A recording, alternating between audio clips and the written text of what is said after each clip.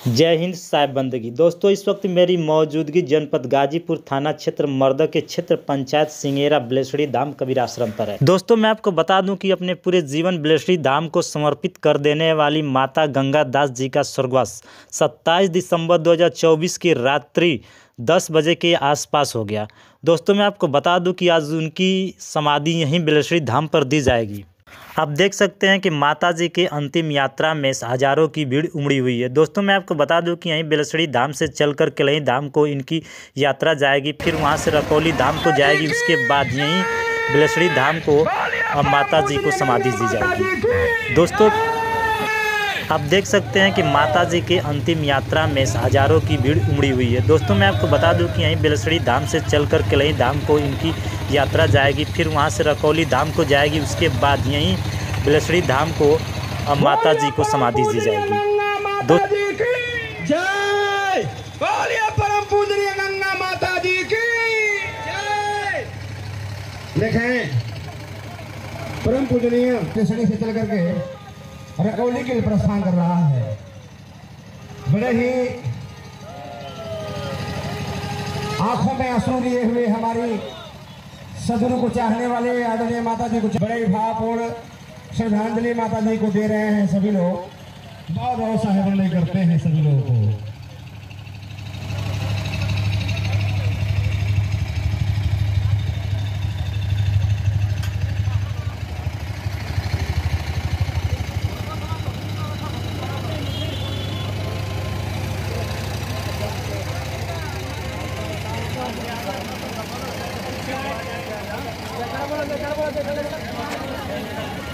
क्या है आदरणीय हमारे साथ